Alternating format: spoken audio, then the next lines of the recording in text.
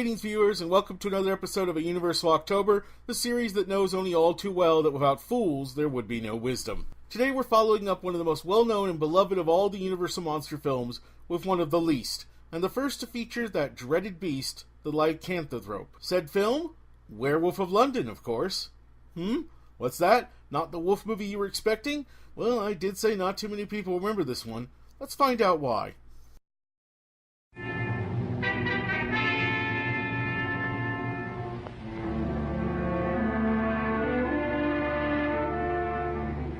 C is the only specimen of the Mariphasa plant in England. That flower is the only known antidote for werewolfery. A very interesting folk tale, but of no value to the police. I warn you, sir, unless you secure this plant, there'll be an epidemic that will turn London into a shambles.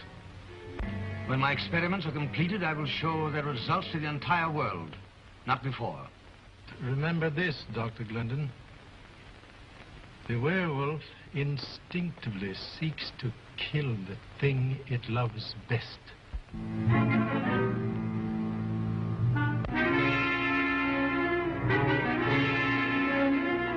You brought this on me that night in Tibet. Sorry I can't share this with you.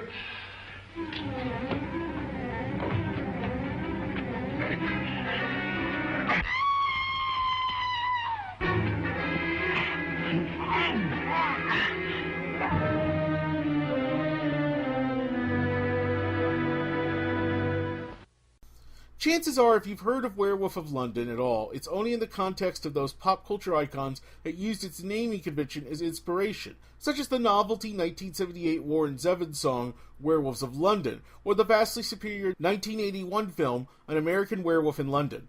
Sadly, unlike its off-kilter and highly creative namesake, the original Werewolf in London is a particularly uninspired film, whose most noteworthy accomplishment is being the first Hollywood mainstream werewolf film ever produced.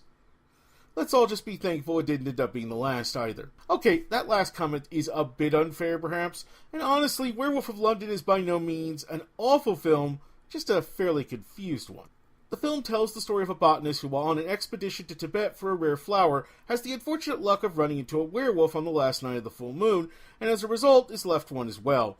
Now he stalks the streets of London looking for blood, particularly that of his wife, since according to the film, apparently werewolves are always drawn foremost to kill those they love the most first.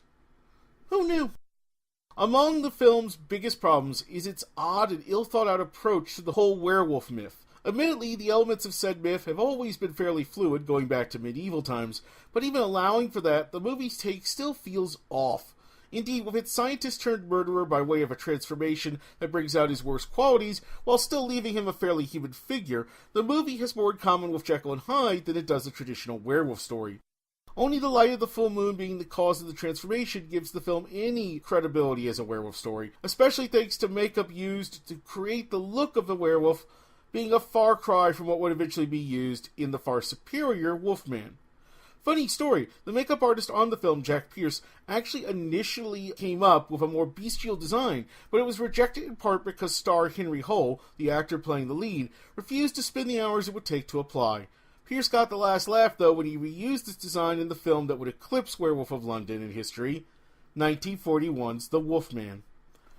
Getting back to London, in more ways than one, instead of a bestial creature, the film's lead becomes a figure shackled with both great strength and a murderous desire to kill, while also still retaining a fully human level of intelligence as well. Indeed, it's almost amusing watching the so-called werewolf carefully be sure to put on his coat, scarf, and hat before leaving the house to commit murder. Also, it rather undercuts the fearsomeness of your monster when he can be scared away from committing murder by nothing more than a woman screaming at him repeatedly.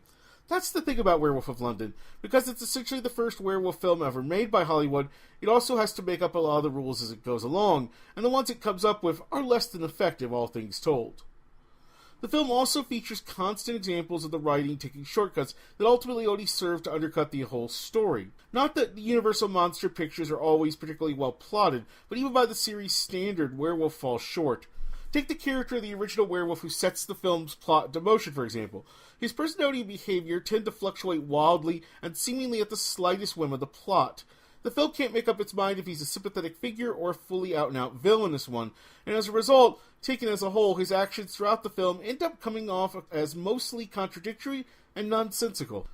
Further compounding things is the fact that Werewolf's repeated attempts at comedy fall flat every time, with the character of Eddie Combs, despite a game performance from Spring Brighton, easily being the worst example of this. Indeed, it reaches the point where practically any time this character is on screen, she threatens to drag the film to a complete halt. Pretty much every element of Werewolf, including the acting, directing, set design, music, etc., is workmanlike at best, and it's an especially steep drop in quality when compared to the Universal monster picture that directly preceded it. Werewolf of London is not a bad film, but it's also not a particularly compelling one either, and it's not hard to see why the Wolfman has long since supplemented it in the annals of pop culture history.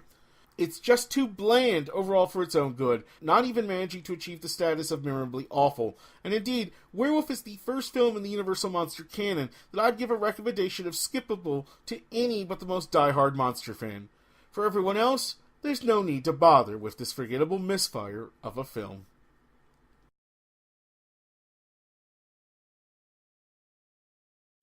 And so we come to the close of another episode of A Monstrous October. Tomorrow we leave the werewolf behind in favor of that other classic monster, the vampire. Get ready, because here comes Dracula's daughter.